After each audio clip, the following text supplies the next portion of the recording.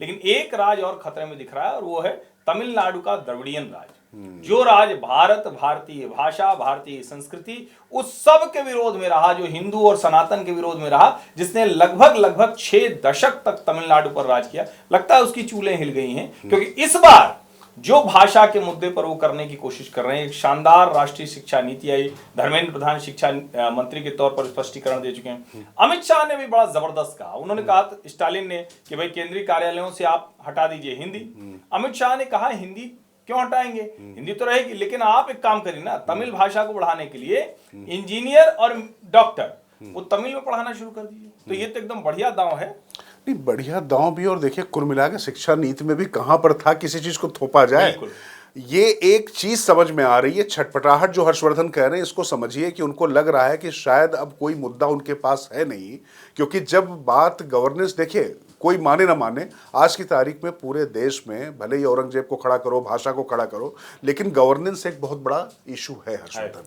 लोगों को ये समझ में आता है कि उनका जीवन कैसे अच्छा हो और उस दिशा में किस तरीके से बात आगे बढ़ रही है, वो लोग देखना चाहते हैं। तो इन सब चीज़ों के बीच में उठाने की कोशिश की। अब जब तमिल में ही उन्होंने बात करने की कोशिश शुरू कर दी, और अगर इधर आप देखेंगे तो दक्षिण भारत की तरफ जो बीजेपी या जो भी नॉर्थ इंडियन पार्टियां नहीं है, उनका बड़ा रुक रहा है। और तो और जाने दो, मतलब प्रशांत किशोर भी जा रहे हैं दक्षिण भारत। नहीं, वो तो खैर लड़ाने जा रहे हैं, वो तो खैर उनका तो नहीं, आरएलडी पंजाब से लेकर और हर जगह लड़ाने चले जाते हैं। यूपी का दल आरएलडी, जयंत चौधरी, वो भी जो भाषा को लेकर कम से कम वहां पर बात तो कर रहे हैं ना, कम से कम। नहीं, और मुझे लगता है ये करना ही चाहिए। देखिए, तमिल को या किसी भी भाषा को अगर खाया है तो वो खाया है अंग्रेजी ने। आप अंग्रेजी को ऐसा मजबूत करते रहे कि 90% तमिल मीडियम वाले बच्चे अब वहां से 50% रह गए हैं, लगभग आधे गायब हो गए। जब धर्मेंद्र प्रधान शिक्षा मंत्री के तौर पर ये सवाल करते हैं तो आपके पास इसका जवाब नहीं है। और सच बात यह है कि स्टालिन परिवार को अब लग रहा है कि उनके परिवारवाद का, उनकी परिवारवादी राजनीति का अंत होने वाला है। और जिस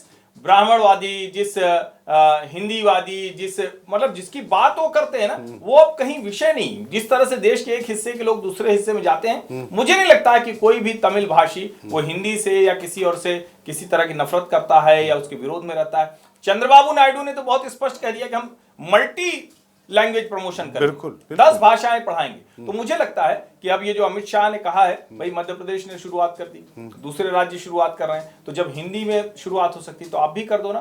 तमिल में इंजीनियरिंग और मेडिकल पढ़ाओ, उन बच्चों को एडवांटेज मिलेगा, वो बच्चे तैयार होकर निकलेंगे। ये तमिल भाषा के लिए ज्यादा बड़ी सेवा होगी। और मेरा मानना है सभी भारतीय भाषाओं को। और एक बात और मैं कर दूं, ये जो कई बार लोग कहते हैं कि नहीं वो हिंदी भाषी बच्चे कितना तमिल सीख रहे हैं, तो सिर्फ तमिल क्यों, वो मराठी क्यों ना सीखें, वो कन्नड़ क्यों ना सीखें, वो मलयालम क्यों ना सीखें।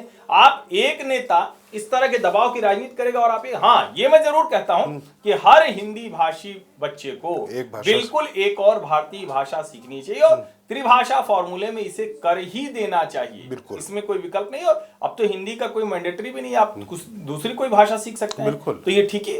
नहीं, अच्छा एक बात और है ना कि तमिलनाडु या दूसरी जगहों पर हिंदी जो है क्या किसी मतलब जो है पाठ्यक्रम की वजह से पहुंची? नहीं, वो यहाँ की संस्कृत जुड़ती है। अच्छा एक बात बताइए सब लोग, सुब्रमण्यम भारती और कंब के बगैर भारतीय साहित्य क्या पूर्ण हो सकता है क्या?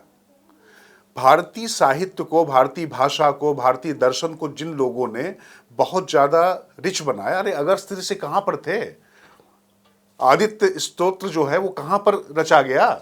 ये सब भी तो आप देखिए ना पूरी चीजें। हिंदू धर्म की सबसे बड़ी स्थापना करने वाले आदि शंकर केरल से निकलकर देश के हर हिस्से में चले गए। हर कोई उनको मानता है, उनकी स्थापित पीठों को आज भी मानता है, लेकिन नेताओं को विवाद करना है। नहीं, अब तमिलनाडु के मुख्यमंत्री देखिए ना, हाँ, कन्नड़ थी जयललिता, और ये भी तमिलनाडु के नहीं है जो करुणानिधि परिवार है, ये भी देखा जाए तो आंध्र प्रदेश से एक समय आए हुए हैं। इस तरीके से वो भी समावेशी है। इन लोगों ने जानबूझ के अपनी राजनीति में, क्षुद्र राजनीति में उसको बेकार करने की कोशिश की, और मुझे लगता है वो चीजें चूल्हे हिल रही, अच्छी बात।